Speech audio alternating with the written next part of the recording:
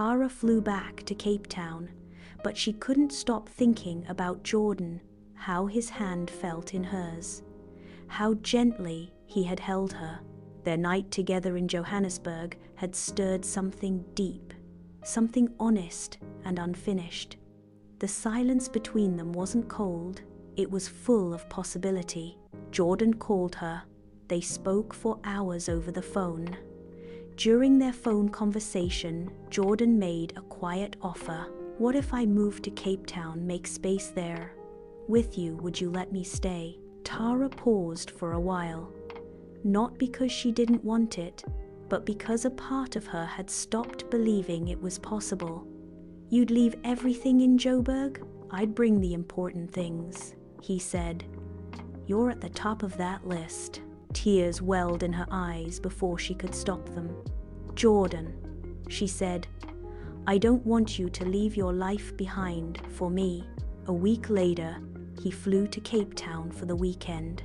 He arrived at her apartment with a small bag and soft eyes. And when Tara opened the door, she knew this wasn't just a visit. This was something they both needed to explore. They spent the weekend reconnecting, slowly sharing wine, quiet touches, old memories, and new truths. The spark was still there, but it had changed, softer, more thoughtful, full of depth. That night, they made love again, not out of longing, but out of understanding. It was slower, fuller, like a conversation their bodies had been waiting to have.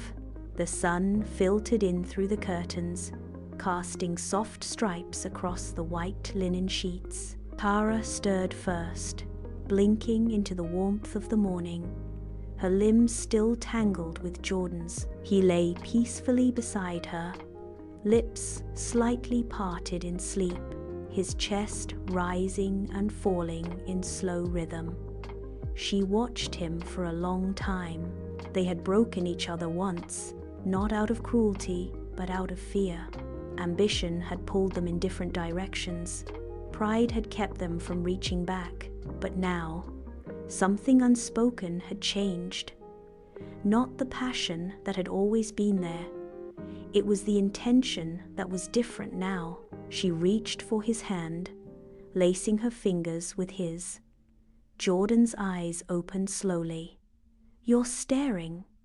"I'm remembering," she whispered. He smiled, pulling her close, his voice still husky from sleep. "Good memories, I hope," Jordan said, whispering into her ears.